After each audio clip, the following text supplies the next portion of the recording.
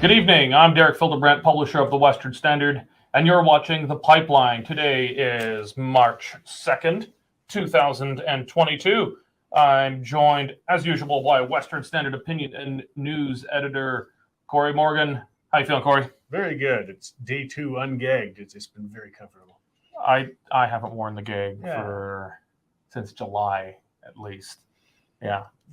I still have when I've gone into grocery stores and things, being the conformist I am. Some lefties lost their mind when I said on Twitter that I went down for a coffee, I think it was like yesterday or the day before. Yes. I said, I just went down as no mask as usual, and some guy looked at me and he was like, oh yeah. And he took off his mask, and then a couple of other people took off their masks. And I was just like, that was a nice little moment. People are just like, I don't believe that. I'm like, not everybody loves masks as much as you guys, right? Someone who loves being masked. I was going to say gag, but that sounds really bad. Someone who loves being masked, subbing in for our news editor, Dave Naylor, today.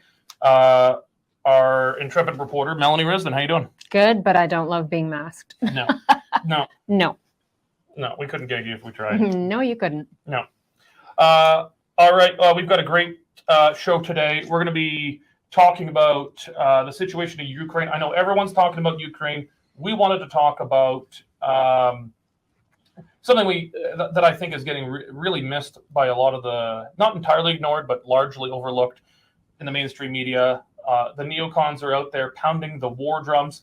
It's one thing to be supportive of Ukraine and want to help them here, but I think there is an appetite in some quarters for war. We're going to talk today about the potential of the conflict between Russia and Ukraine escalating. The ultimate end being nuclear, not necessarily going that far, but,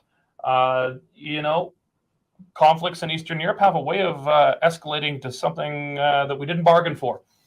So we're going to talk about the potential escalation of the conflict, the invasion of Ukraine. We're going to be talking about some good news for once from the provincial government. Alberta projecting a balanced budget, not this year, but the next fiscal year. Things really turning around from oil prices, some of the economy coming back. We've seen a really big turnaround there. So we're going to dive into the Alberta budget. And Albertans are now breathing the free air, at least those of us who choose to breathe the free air, breathing the free air.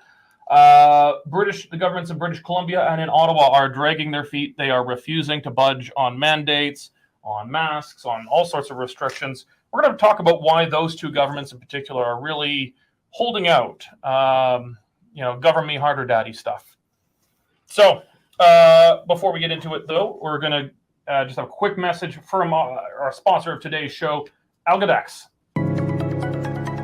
Algodex is owned by Algonaut. This is great new technology just coming online now in the digital currency world. Algodex is a great way for you to use the digital currency Algorand in your day-to-day transactions. Can you imagine a world where we don't have to buy a cup of coffee using the federal dollar? And you don't even have to use the American federal dollar.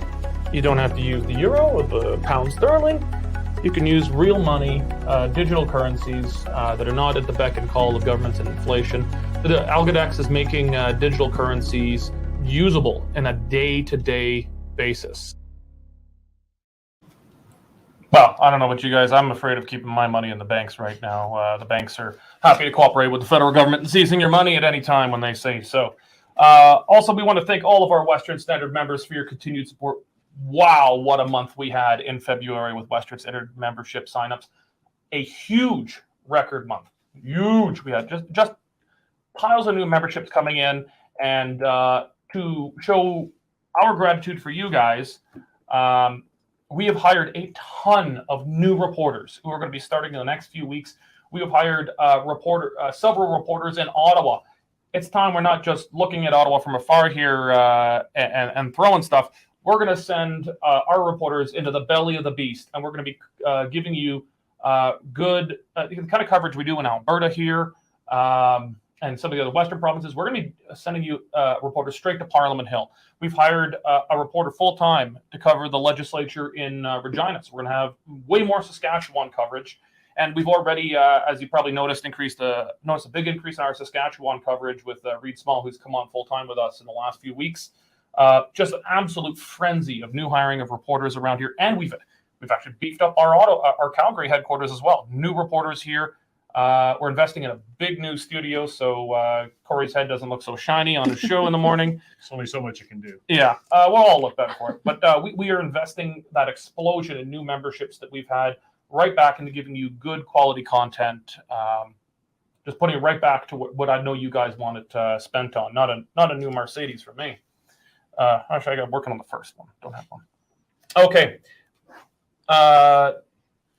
Situation in Russia's invasion of Ukraine is dominating all the headlines. I know Justin Trudeau, he's probably not happy about the invasion of Ukraine, but from a political perspective, he is happy for a channel changer. People aren't talking about draconian emergency act measures anymore. They're not talking about people fighting back against the government overreach. Well, now we can point to a different kind of government overreach elsewhere. War being the ultimate example of government overreach. We're not going to get into the nitty gritty there. The rest of the media are covering that ad nauseum. We don't need to get into that. What we're going to get into is a discussion around the potential for escalation around this conflict. We've had 2 world wars begin over places that were probably not on everyone's front of anyone's mind, and those small conflicts quickly escalated into wars that claimed the lives of tens of millions of people. I know, Melanie, I guess this is more of a discussion than a news point, but I don't know. What are from what we're seeing right now? What do you think are the points of escalation for this to get out of control beyond a localized conflict right now in Ukraine? Well, I mean, there's been the deploying of extra personnel to the nuclear forces. That's been discussed. It's also been discussed that Monday they've moved to ready Moscow's nuclear arsenal. So, I mean, when we're talking, something in the world coming to that brink, I mean, it's going to impact everybody in the world, right? It's not just a Russia-Ukraine problem. It becomes a global scale, and the sanctions that Canadians are bringing to the table. We have said that we're not going to be importing any of the Russian crude anymore. Heavy sanctions coming from other parts of the world, including the U.S. I don't know. I don't know if it's going to be enough. You've dropped the ball when you get the Swiss to drop neutrality, you get the Germans to rearm, and you get Venezuela and Cuba to vote against Russia at the UN. When you've lost Venezuela and Cuba, you're pretty isolated diplomatically. I think it's very fair to say there's been a diplomatic disaster for Russia. They have lost the propaganda war, and there is propaganda on both sides. If there is a war, there is always propaganda. Newsflash, the good guys do propaganda too. But in this one, regardless of who you think the good guy or bad guy is, Russia is losing that propaganda war heavily. Do you think there's a sense of desperation setting into Russia? Because my expectation, I think most people's expectation, was that they're just going to roll in. They're going to pancake them. They're a small country. Russia's a big country. But Russia's not I should say Ukraine's a small country. It's big. It's a medium country. I mean, it's after Russia, if you're including Russia and Europe, Ukraine's the next biggest by landmass. Yeah. There's a fair number of people there, and a lot of people don't know there was an insurgency in Ukraine against the communists.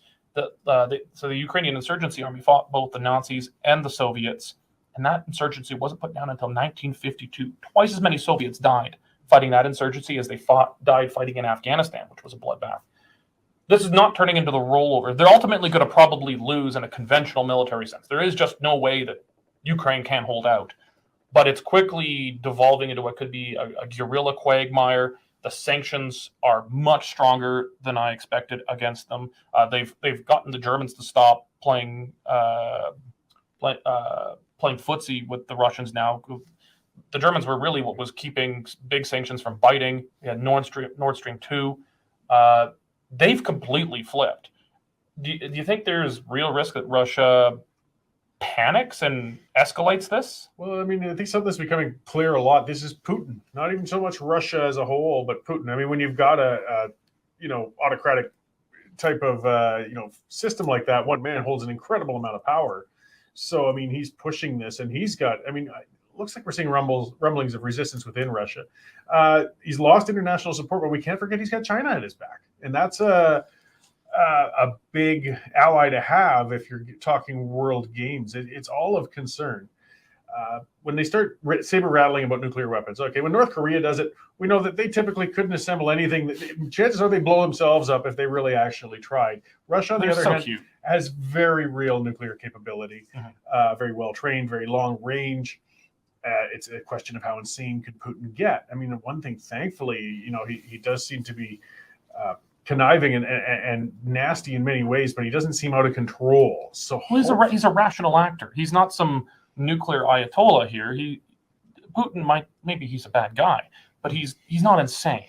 No, so thankfully, hopefully that reason stays, because things change fast. I mean, if you're looking at World War I history, it started with one assassination. What was it, Ferdinand? And then it plunged the entire Europe into war for the better part of a decade.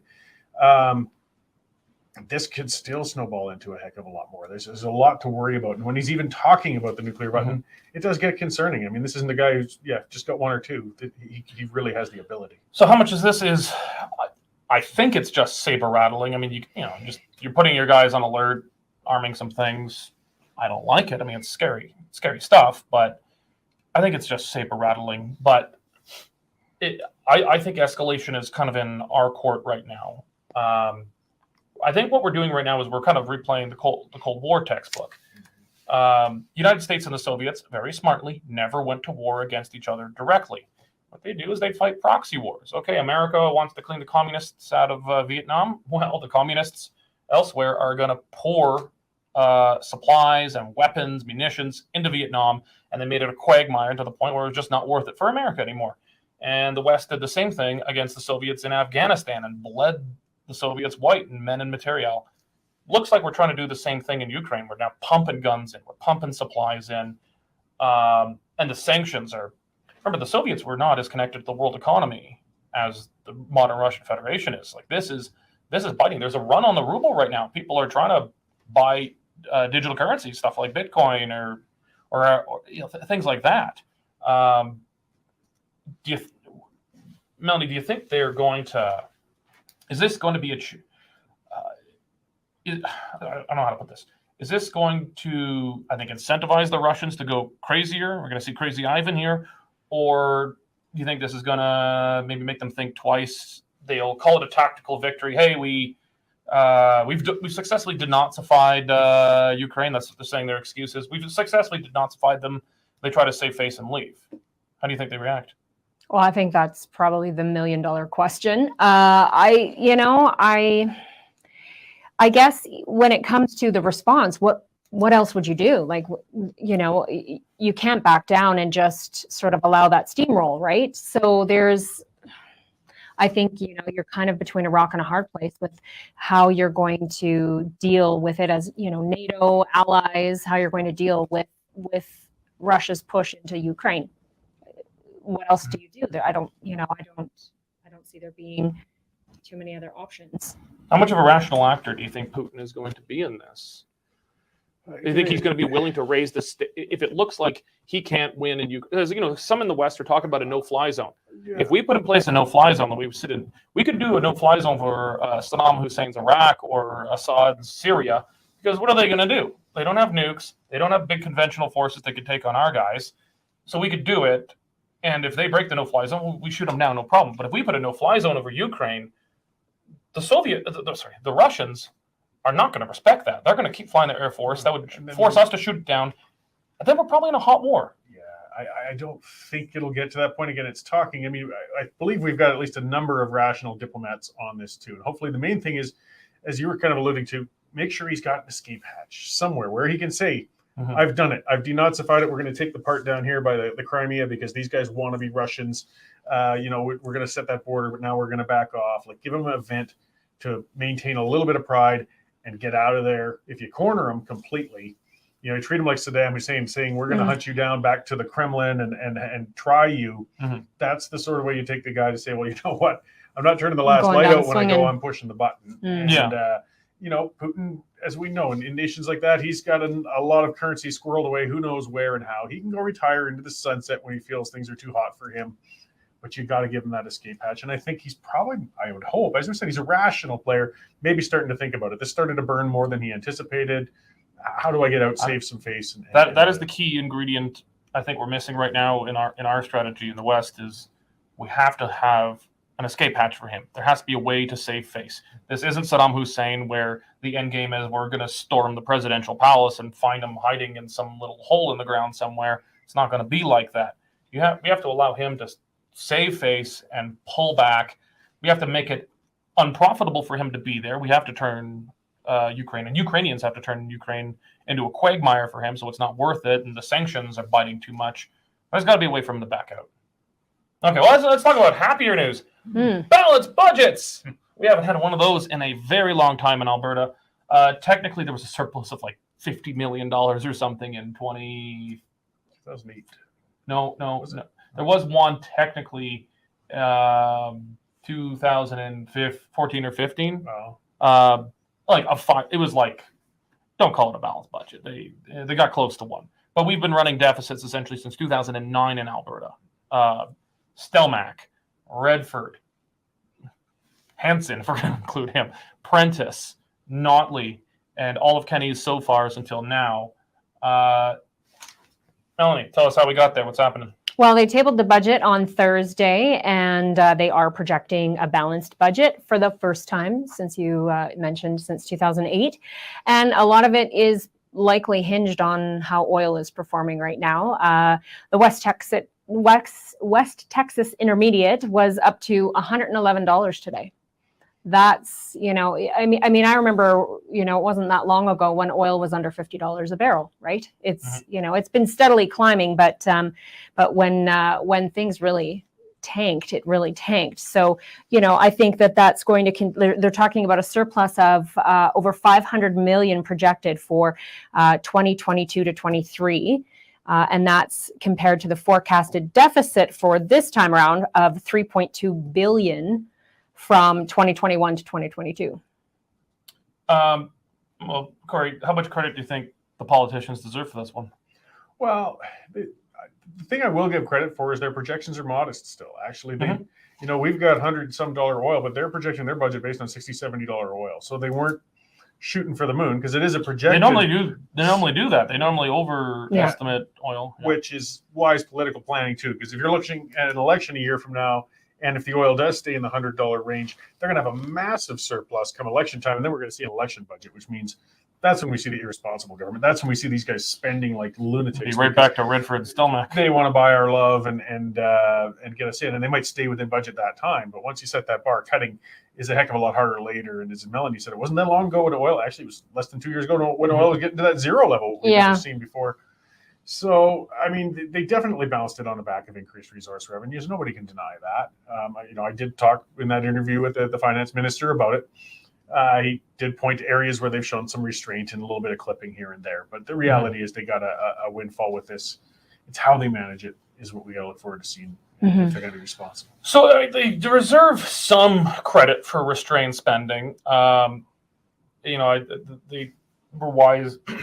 They wisely showed some of the math that, based on the trajectory of spending that the NDP had it on, we'd be running a $6 to $8 billion deficit still today. The UCP did not cut spending. As much as the NDP likes to say they did not cut spending. They have slowed down the increase in spending, except for COVID-related stuff, which has been incredible. I think that's been kind of left out of the budget stories, all the COVID spending. As per the deficit, I'm sure, 3.2 billion. Yeah. So I think they deserve some credit. They would still be in a deficit if they hadn't slowed down spending. But the Alberta government is still spending wildly more than we need to be. Is there a downside here, Cory, that by having a surplus, it takes away the political necessity of actually cutting spending? Because we've never had a government in Alberta cut spending since early Ralph Klein. Yeah, I mean, it takes away some of it. We also, some of the news that kind of slid up was the central bank just raised interest rates a little bit, though. And they might want to start looking at debt retirement because if we start seeing interest rates rising fast, that's going to eat their surplus really quickly. Well, too, when you they're asked the servicing minister about that, didn't you? Debt retirement. What do Yeah. you say? And he said they're going to look at that into 2022. But one of the things he did talk about was they're going to put more money back into the Heritage Trust Fund, which I was happy to kind of hear, but I worry about it being responsibly used as we've seen in the past. I mean, it turned into something to be raided over and over again. And again, the minister, I asked him about that, and he said, well, no, we won't do it this time, but they always will. They're saying the right words.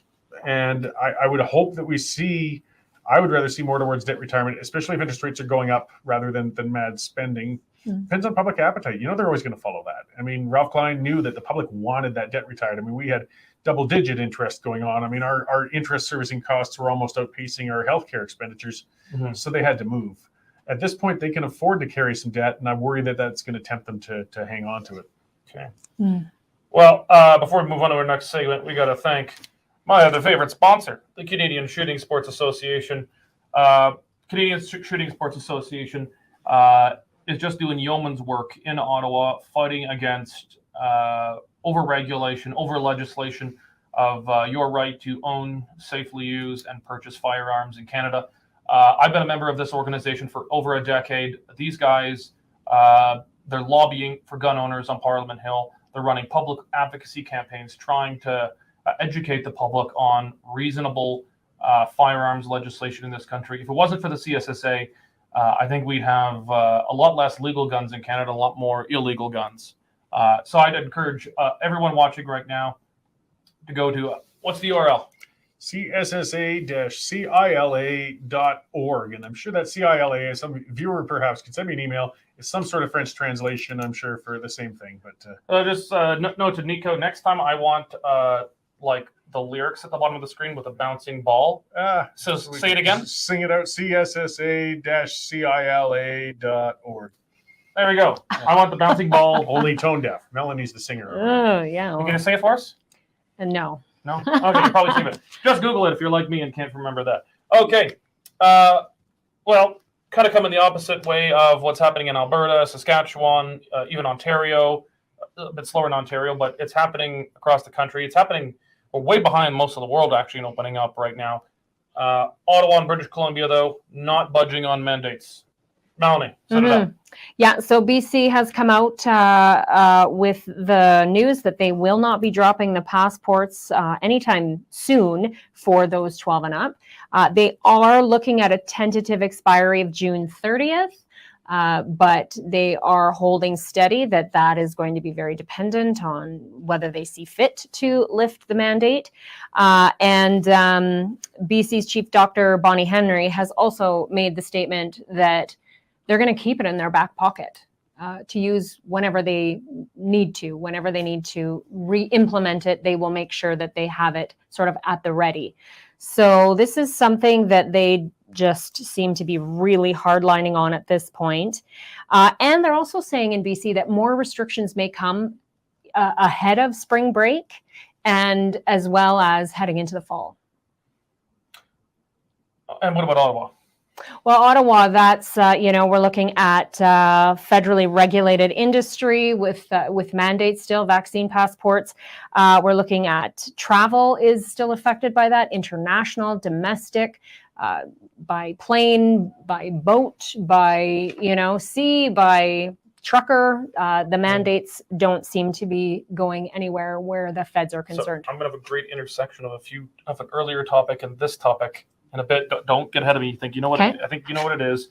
But yeah, you still can't travel domestically in Canada if you're unvaccinated at all on a plane or by ferry. Train. Yeah. There is no sign of any of that changing, right? Not that we've seen signaled. I mean, I know when we were talking about the Emergencies Act and in there, I'm certain that Trudeau was making mention that we are, planning to look at things. We are planning to act accordingly. There's been sort of talk like that, but nothing very specific as to any kind of targets or anything along those lines. We know all these mandates, conservative governments, NDP governments, liberal governments, they've all been pretty politically driven. Do you think the reason, Cory, that Ottawa is not signaling any even intention in the future. Of course, at some point they'll drop this stuff, but do you think the reason they're not signaling any intention to drop this stuff, even a timeline to announce a timeline, is because it would look like Trudeau giving in to the truckers?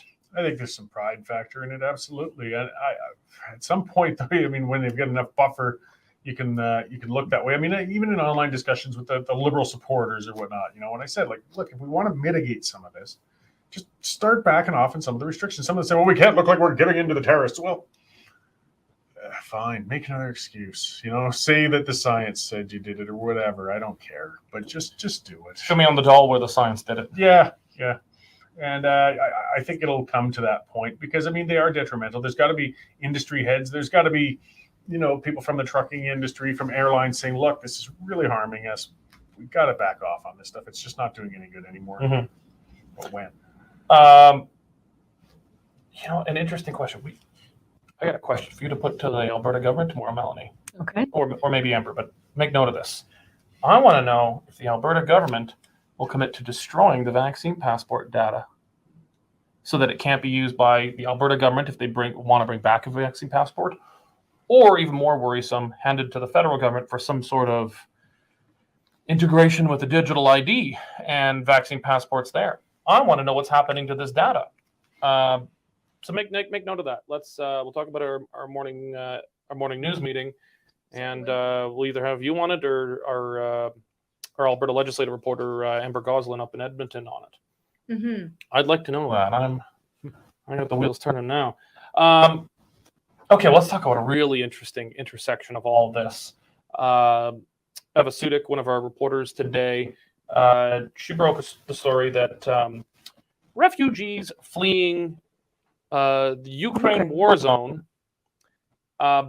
if they want to be refugees to Canada and they're unvaccinated, they have to be tested before they can leave and board a plane to Canada.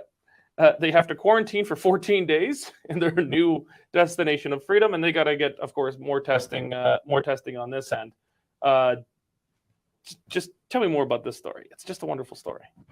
Well, I think that's basically it. I mean, they're kind of sticking with the policy that they have in place for any newcomer coming to the country, and again, it's just a position of not budging.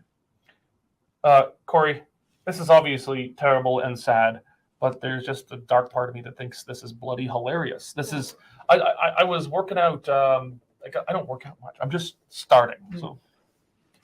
This is not ripped me. This is not peak Derek. But I was just, trying to get into a routine of work. I was early in the morning, I think yesterday. And, my brain was pretty foggy because it was really early. It was like 5:30. And I just had this funny idea in my head. I was like, wouldn't it be funny if they were that, I'm going to say it, that big assholes to say, you got to be vaccinated to come to Canada. And so, we just kind of put it to the newsroom and thought we'd see what we find out. What do you think the reasoning is, Cory? What is the actual reasoning behind requiring unvaccinated Ukrainian refugees to be quarantined for 2 weeks when they land in their new country? I think it's just tone-deaf, bureaucratic hammerheads. It's the same old thing. They're intractable. The types. They've got their list of rules, and they won't budge for it. They don't make exceptions. This is my rule book, darn it, and I'm a pointy-headed bureaucrat, and we're going to make sure people follow it. They don't see nuance. They don't see room for common sense. So unless they're directed otherwise to move in the other direction, they apply it everywhere. So even if it's, look at this, we've got an unusual emergency situation. We've got people coming from a war-torn country that just need refuge. They just need to settle in. They need to get safe. And we're going to stick them in a quarantine facility for their first 2 weeks. Oh, a great way to build trust with them. But that doesn't register in the mind of a senior bureaucrat. That's all they want to make sure is everybody complies with their bloody rules. Yeah.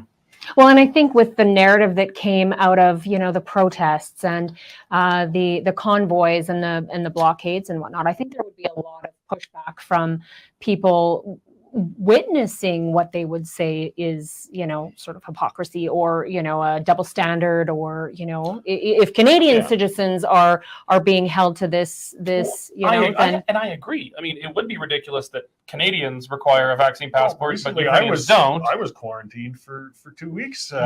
You were definitely not here appearing live on the podcast the entire time. No, it was movie magic.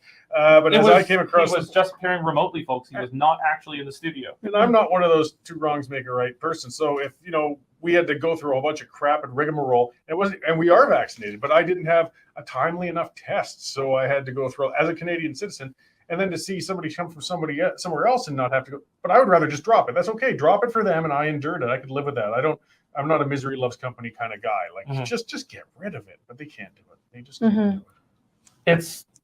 It blows my mind. We live in a country that could be governed this dumbly. We are a stupid people. Look at our prime minister. Well, that's Yeah. racist. Yeah. Well, I know he's Canada's first black prime minister, but it doesn't mean he's the best one we've had by any means. We need a new one. Yes. New black prime minister. Yeah. Leslyn Lewis. Leslyn Lewis could be our second black prime minister. Yes. And the first competent one. Yeah. You know what? When she was running for the Conservative Party leadership, she should have said, like, I'm running to be Canada's second black prime. Like, that would have just brought down the house. Just for the Brought US, down yeah. the house. Yeah. Oh, love it. Either way, yes. It's just a clown show we've had in Ottawa. What an embarrassing state. I mean, I said it earlier on Twitter. We're in such a time between the pandemic, between the war and everything else. And let's face it, whatever Trudeau might be, he's not a cerebral, respectable sort of leader at a time like this. I would have rather had Chrétien back at least. I mean, just to speak to things. But look where we're stuck. Okay, well, we're going to wrap it up there. Again, I want to thank all of our Western Standard members for your support. You've just been absolutely wonderful to us. I know a lot of you who have not already been members have been signing up throughout March. It was just a record month, and we're reinvesting it all back into growing our news team, our opinion team, building a new studio. We're just expanding like mad around here. So thank you very much. If you're not yet a member, please go to westernstandardonline.com/membership. Sign up. You can try it free for 15 days. It's only $10 a month or $99 a year. And you can quit at any time if you don't like it. And you can just try it free for 15 days. If you don't like it, take off. All right. Thank you very much, Cory, Thank you. Melanie. And I'll thank you all for joining us today. God bless.